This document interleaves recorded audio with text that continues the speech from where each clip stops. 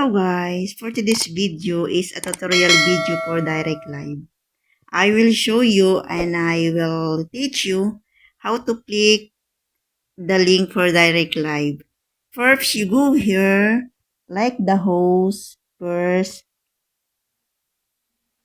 and then go back, go here to your profile, down,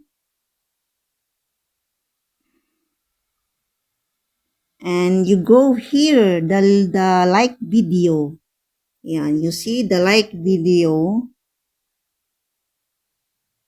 And then go here, the live host. Here you see. Napunta na kayo sa horizontal para siyang SY sa StreamYard. Ayan. Maklik na nyo yung link. Ayan, naging ko na siya, naging blue na.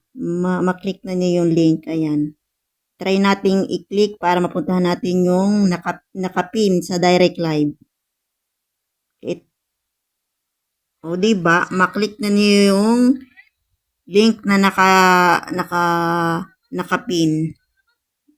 Yun lang guys, at sundan lang ninyo kung paano maklik yung link pag kayo naka-direct live at pag may nagbaba sa inyong mga live na viewers, nagbaba ng link. Ganun lang kung paano mag-click ng link.